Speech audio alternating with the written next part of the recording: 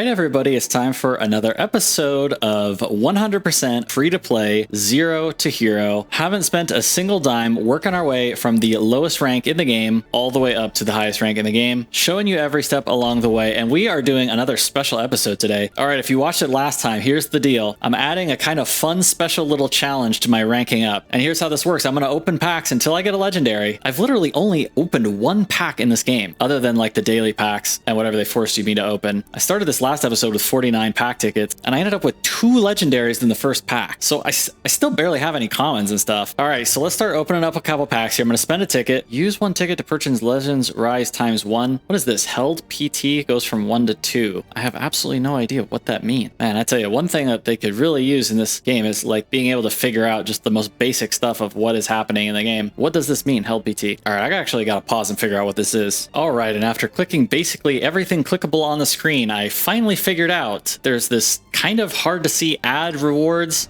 And after you read like 3 paragraphs about this, about how certain rates change or something, then you learn that I have no idea what on earth is going on with it. It's way too complicated. What a stupid system. God, you do not need that kind of junk. But that's kind of why this game is already getting trashed in the reviews. It's like, it's one thing to like be, you know, a little bit overly greedy or maybe even massively overly greedy. I don't know. I still can't comment on it because I haven't gotten that far yet. It's like another thing to just make the monetization system like way too complicated, and it's just annoying at that point. Oh boy. Anyway, we're gonna keep having fun regardless. We're gonna get what fun we can get out of this game, y'all. All right, and here's our next step of doing that. We are going to open card packs until we get a legendary card. We are guaranteed to get one within 10 pack pulls. All right, and here's the challenge. We are forced to use whatever the first legendaries we get. We are forced to use that legendary and whatever class it's from. If it's a neutral, we can just use whatever, I guess. And maybe we'll look at a couple silvers and golds along the way that are new. Good Fairy of the Pond, you get a fairy in your hand. All right, nothing too crazy there. I've already got that one, and I've played against this one. It basically wipes your opponent's board whenever you spell boost a bunch. That one's done quite a bit of damage to me when I've been playing against Runecraft decks. I'll read all the comments later. All right, 1 pack down. This thing's got a kind of a golden glow. You know, I thought the first animation on that first video I made doing this was kind of gorgeous, and then I got 2 legendaries out of it, so I'm assuming this means I'm gonna end up getting a gold out of this one. It must kind of alert you. Is this gonna be a gold? Yes, it is. Ooh, and it's a animated gold. That's really cool. Still absolutely love the animated cards. Really, really cool. Oh man, look at all these new silvers and golds. All right, let's take a quick look. Okay, this one's spell boosts. I've seen that one. Doom Right Resurgence. Select 2 artifact followers in your hand that cost 5 or less. Summon an exact copy of each and give the exact copies at the end of your opponent's turn. Destroy this card. Really interesting card. That'll be fun to play with. Kind of hard for me to judge how good it is. My initial instinct after thinking for about 2 seconds is maybe not super great. Maybe you could play one. Kind of hard to judge. When this card is discarded, give a random allied follower on the field +1/+0. I'm still wondering what this actually does. I've seen people running it. I've never actually seen them discard it though. So it ends up just being like a bad card. All right, how about this Ravening Tentacles? What is this? Oh, this is in Swordcraft. Hey, I'm happy with that because that's going to be the class I'm probably going to end up focusing on to get to the highest rank. Select an enemy follower on the field or the enemy leader. Deal it 5 damage and restore 5 damage to your leader. An enemy follower or the enemy leader and deal it 5. Okay, is that going to be playable? Deal 5 damage directly to the face? I don't know. Maybe try it. Well, I got it and it's animated, so I'll definitely try one when I get to that point. All right, here we go. Pack 3. And since it's not glowing, I guess it means it's not going to have a whole lot in it. Let's see here. Okay, so I guess you kind of get to see before you open the pack. All right, let's see what these new cards do. This is a add 2 shadows to your cemetery, destroy it, summon 2 copies of Ghost. It might be decent. Baby Carbuncle. Select another allied card on the field and return it to hand. And Super Evolve recover 3 play points. That's a really interesting card, isn't it? Too hard to judge right away, but it should be fun to test out. All right, this guy's really cool looking, so I guess let's see what it does. Fanfare, summon a Fortifier artifact. What does that do again? Okay, yeah, this is just the Defender. So this is not screaming out to me as a great card. Medical Grade Assassin. Happy to see another one of those. Pretty much every Portalcraft deck I've played against has played it. All right, here we go. Pack number 4, I think this is. And no glow again, so that crazy, absolutely bonkers, insane luck we had at the beginning is not repeating itself. All right, the Snowman Army. On spell boost, reduce its cost by 1. Select an enemy follower, set its defense to 1, and until the end of your opponent's turn, give it can't attack followers or leader. Isn't this like kind of terrible? So maybe you shrink it down to like costing just a couple mana if you get it down low enough, and then it just sets the defense to 1. All right, I'm gonna go out on a limb and say that's like one of the worst cards in the game, honestly, or maybe worst silver in the game. Shinobi Squirrel. All right, we got another Swordcraft card. Ambush and Evolve, summon another Shinobi Squirrel. Okay. Got another one of these 3/3, so that's 3 now I've got of this in the Abyss Craft. All right, this one's really gorgeous also. Absolutely love these animated cards. Go ahead and check what it is. Fanfare. If you're in overflow, restore 4 defense to your leader. Okay, I'm gonna go ahead and take a guess and say not very good. or at best just so-so. Probably not going to be playing that one. All right, next pack. Okay, is that a little bit of a glow? I can't tell. When it started off, there wasn't any glow on it. So far, wow, you can get all bronzes? And then I think the last one has to be something. Wow, that was actually a duplicate. All right, well, it only took us about, what, 5 total packs opening on this account to get, like, pretty much the worst pack humanly possible. Wow, I'm amazed that the packs can actually be this bad. Wow, okay, so I'm assuming, again, this is where some of the negative reviews are coming. Wow, you can get a pack with all bronzes and 1 silver. Man, that really is terrible, isn't it? All right, next pack, and it looks like it's going to be kind of bad again, I guess. Okay, start right off the bat with 2 new silver cards. This is, yeah, this Zell, this is like my 5th or 6th one now. How am I getting so many copies of that? This Luminous Magus is absolutely amazing. Ooh, and it's premium. Okay, I love to see that. Absolutely love that. I will take it. Let's check what these do. Dose of Holiness. Engage, destroy this, and select an enemy follower on the field and deal it 4 damage. Restore 1 to your leader. I played that against me a few times. Sarissa, the Luck Spear Alibidijbat. Whenever an allied follower with ward is destroyed, give this follower 1. And evolve to give this follower barrier. Okay, that one I feel like has some potential. And this should be my 3rd medical grade assassin. Just shouting that one out because I always play against it and it seems really strong. This Luminous Magus, I was already planning on taking that Swordcraft deck, the one where you get to choose the good starter deck, and we didn't get any special glow, so I guess that means it's guaranteed to have no legendary. Wow, again. Man, how common are these packs of all bronzes and only 1 silver? That's crazy, and I remember this one is the artifact one that copies the artifacts in your hand and then they end up dying. All right, everyone, I am assuming this has to be it, right? Here we go, everyone. All right, oh boy, it's so gorgeous when you get that open. I have to say they at least did a great job with the animations of all this stuff. Okay, I don't know what that does actually. Okay, this is a nice pack so far. A gold and a new gold, new silver. All right, here it is, everybody. We are going to be playing in this episode. Okay, we're going to be playing Portalcraft. This Wadey, Maiden Reborn, she seems quite good to me. 3/3 for 3, fanfare, draw a card. So basically already kind of insane, right? I mean, isn't that just really good? And then evolve, gain the crest. Oh, okay, I never realized this was actually countdown 3, and then at the end of your turn, if you have 5 cards less, draw, or if you have at least 6, then restore 1 defense to your leader. Okay, this should be fun, playing Portalcraft. Yeah, I think I'm going to enjoy this. And in fact, this may just be the deck that I end up go ahead and go to D2 with. All right, we got ourselves a Portal Mirror here. We're going first, so let's see. We don't necessarily need multiples of the 2s and the 4 drops, but I don't know. All these cards are pretty halfway decent. Once again, early on here in these early Shadowverse games, I'm just kind of having fun, you know, enjoying the game, while also just sort of testing some different cards out. Let's go ahead and get this Puppet Lancer out. I still really like Puppet Lancer.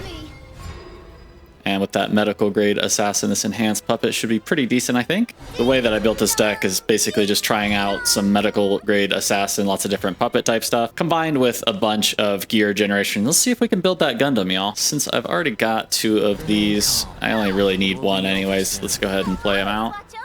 And yeah, actually, I kind of forgot that this guy also gives me 1 of this 3/3. This guy's absolutely fantastic. It's just a regular bronze, easy to get 3 of. I've already got 3. Highly recommend throwing this in the portal early on. And of course, what a big surprise, they've got 1 as well. Kind of surprised though. The screaming has stopped. Not sure if that was the best play.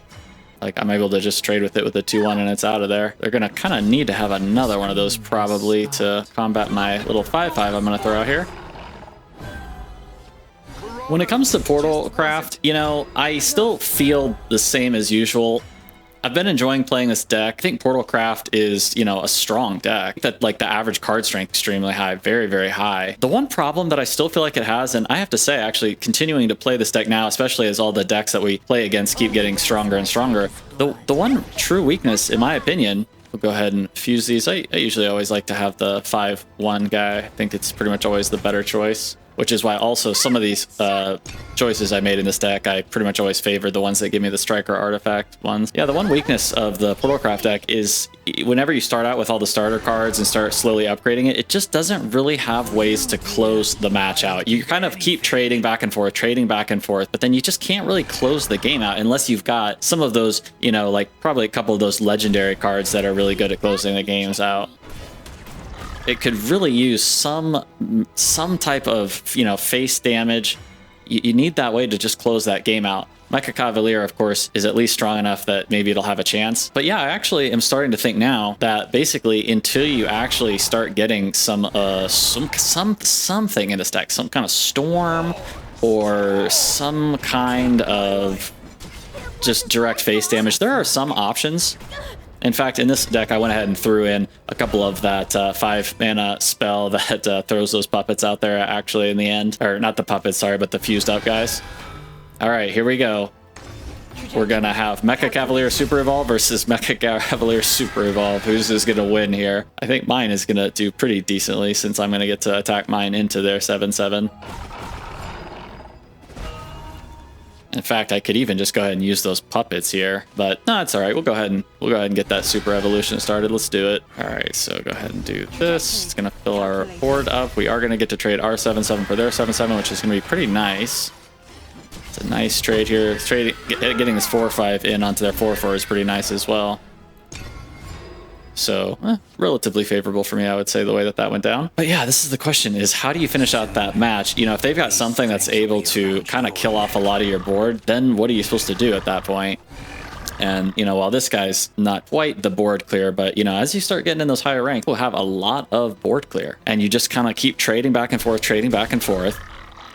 I guess you probably early on, you probably have to kind of rely on assembling the Gundam with all these artifacts to actually get that large storm hit to finish the match out. Or another way would be to potentially build up that artifact that, which one is it that does face damage? This one does 3 to all enemy followers. This one does at the end of your turn, restore 3 defense. So it's the beta at the end of your turn, deal 3 damage to the enemy later. You could build up 2 of these, then use that 5-mana spell that puts 2 of them into play. It's going to end up dealing 6. Then the next, you know, then you play another one for 9. So at least that gives you an option to do some face damage. And yeah, speaking of face damage, all right, this is going to be one of our wins, I have a feeling here. In fact, I may even go ahead and just use this Bullet from Beyond on their 4/4. No, you know what? I think I'll go ahead and just put the Striker artifact out there. But maybe I should keep this to have a little bit extra face damage. Yeah, I think that's going to be best. I'm going to keep that for some extra face damage. I'm going to just go ahead and start rushing face here. So this is going to be a lot of face damage. Let's buff some of this up here a little bit. And yeah, we're pretty much just going to be basically going face and hoping that we can kind of finish. Oh, yeah, that's it. That's game, everybody. All right, so there you go. Oh, can I get the attack in time? All right. All right, that is one win. Let's see if I can get another one here. And then I'm probably going to actually end up giving up a little bit earlier than usual on this Portalcraft deck because I just don't like its ability to close out those games. And I think I will make a couple little small adjustments to the deck to add more of that game closing out ability. Like that 5 cost spell. I'm going to go back and make sure I've got 2 of those 5 cost spell in to drop those artifacts out to hit face for 6 damage and make a couple tiny tweaks and then we'll come back. All right, going up against Dragoncraft here. Okay, what does this do? Genesis. Oh my gosh, that's got Storm. Are you kidding me? Are you kidding me? Oh my gosh. Man, I actually needed to get rid of the 2/2. That's crazy.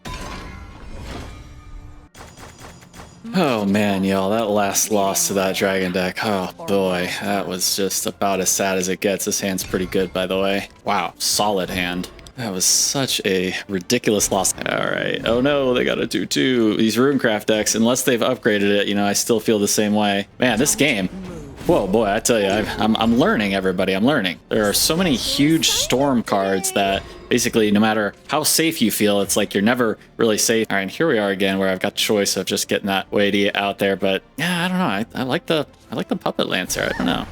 I'll just save the weighty for probably next turn and go ahead and actually get the evolution on it. Most likely, I think. Don't forget to review. And I'm fine to go ahead and fuse into. I always just default to just the Striker artifacts for now. Let's read this card one more time. Evolve. Okay, evolve and you gain the crest, and then it's countdown 3. Yeah. Yep. Absolutely insane, y'all. Yeah, my.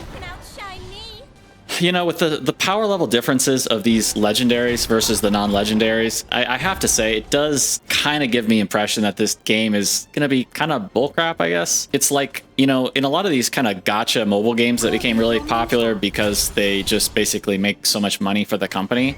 And for some reason, people are willing to spend like thousands of dollars to get a guy with like slightly higher stats. And so now this is kind of the way that the world has been left in the state of gaming, unfortunately. It's like one of the keys of those games is that, you know, you basically have to pay for power, and it's like the only way that you can get the power. Whereas I feel like in a lot of card games, you know, you have options, and it's not just like you're totally excluded from playing the game unless you pay like $1,000, you know what I mean? Whereas in these kind of mobile crappy gacha games, it's like if you don't pay like, you know, $100,000, $500,000, then basically just forget about even being able to compete in any way, shape, or form. Wow, my opponent is so slow. I'm telling y'all, this Runecraft starting out, these are always just the worst deck. they're so slow, they take so much time to build up, and I'm actually wondering if I should indeed even go face really hard here and even use like another evolution potentially here. I'm definitely going to play the Mecha Cavalier next turn to super evolve it. I think this turn I'm going to play out the Ironheart Hunter and the Theater. And I'm going to do a Striker Artifact once again. Always here. Maybe as I get better, I might think about not doing that. All right, and then the only final question is the evolution here. How much face damage do I want to get here? I think I'll save the evolution, whatever. That may have potentially been a mistake. I'm not sure. And we'll end the turn. Ooh, okay, we healed up a little bit. Got 8 cards in our hand. I have to also try to actually remember that for some reason you only get 9 cards in your hand, whereas like most other games have always been 10 cards in your hand, right? But for some reason we gotta change that to 9 cards for some reason. All right, what does she got here? What does this card do? I'm not sure if I've really seen this. On spell boost, reduce the cost by 1, evolve, summon a clay golem, and deal X damage to all enemy followers. Man, okay, they just love killing all enemy followers in this Runecraft deck here. Let's see if that actually matters here. And since only this one's going to be able to attack into the 2/2s, I'm actually thinking I will probably lead off 2 of these puppets to start with. Yeah, let's go ahead and do that. Let's lead off with 2 puppets. Go ahead and do this. And then I'm guessing my opponent is probably going to end up having that card that also deals like X damage to all your opponent's guys, which is why, you know, again, maybe I should have just went ahead and burned that evolution and went face last turn. I don't know. We're going to find out if it was right or not. I've actually got 2 of these Mecha Cavaliers in a row, which is, once again, if you've been watching through my free-to-play series, I'm always talking about how this is just one of the craziest cards that you get to start with Hortlecraft from the very get-go as a beginning player. And you can literally just like win the games just by playing like 2 Mecha Cavaliers in a row and super evolving them. And that literally may happen in this match here if they don't have a way to. Like, for example, you know, Runecraft's got, like, I'm guessing the card is going to be played here because I've played a few times. Oh, okay, they're going to play the Kuon. All right, which is obviously really strong, always. And then they super evolve. And what does it do when it super evolves? Select an allied and give it Storm. All right, so yep. So yeah, once again, kind of same story here. You know, these legendaries, like the power level difference of the legendaries is just kind of crazy. Man, all right. Since we got this 4 on the board, we can still get a huge face hit here again. And we've got this puppet. What does this do on last word? Spell boost your hand 3 times. Oh man, I think this is pretty much going to be it. Yeah, this is going to be crazy. We're going to do some pretty serious damage here, I think. Because with these, we can end up dealing 3 to the face directly. Although I kind of want to Mecha Cavalier and just kill this again. So I guess that's what we're going to end up doing. Only deal 1 to the face, kill this off, Mecha Cavalier, super evolve again. I don't miss. And see what they've got to answer this. We can +1 play point up to 3. I don't think that really matters. So let's just go ahead and do that. And all right, force them to have something again to be able to thwart our plans here. The card I keep expecting is that I think it's a silver card that deals X to all of the enemy followers, where X is your spell boost. Stormy Blast. Okay, that is a pretty good sign. Okay, I think my opponent surely is kind of toast. Oh, they're not. Okay, they actually have that. And it only deals 2 because they drew it too late. And they are totally dead. They've lost. Yep, can't do anything. They lost, everybody. All right, well, that was already 2 wins. And yeah, they're toast. They can't do anything. Since we get... It's kind of dumb, I think, that they give you, like, extra bonus for playing cards out of your hand. It kind of wastes people's time and, like, making you evolve and stuff to get those extra rank points. So, like, I just have to waste both of our time by doing this to make sure I get all those rank points. Oh, wow, you can actually evolve. Oh, I'm just learning that now. I didn't know you could evolve another 4/4 on the turn after you super evolve. That's kind of crazy.